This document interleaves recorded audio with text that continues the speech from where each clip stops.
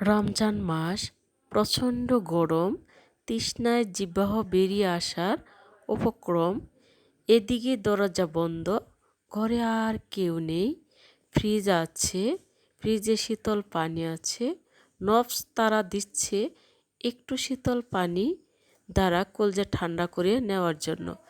কিন্তু বলুন তো, এই পাপপূর্ণ যুগে কি কখনো মুসলমান রোজা রাখা অবস্থায় গ্লাস ভরে পানি পান করেছে? না, সে পানি পান করে না।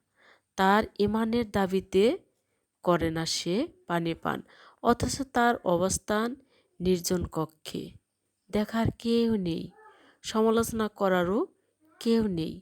ইচ্ছা করলে তখন ওই ব্যক্তি যদি তৃপ্তির সাথে পানি পান করে, তাহলে কেউ দেখবে? বাহিরে কোনো লোক দেখবে না, এক আল্লাহ পাক ছাড়া।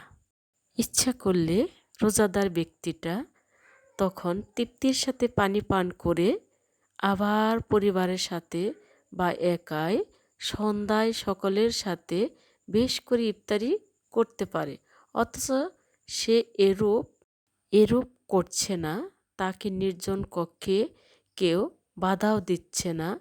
একমাত্র আল্লাহ তাআলার ভয়ে সে পানি পান করতেছে না। রোজা রাখতে রাখতে আমাদের অভ্যাসে পরিণত হয়েছে। অভ্যাসের সাথে সাথে সৃষ্টি হয়েছে আল্লাহ তাআলা ভয়। সে ভয়ে আমাদেরকে এভাবে নিয়ন্ত্রণ করে।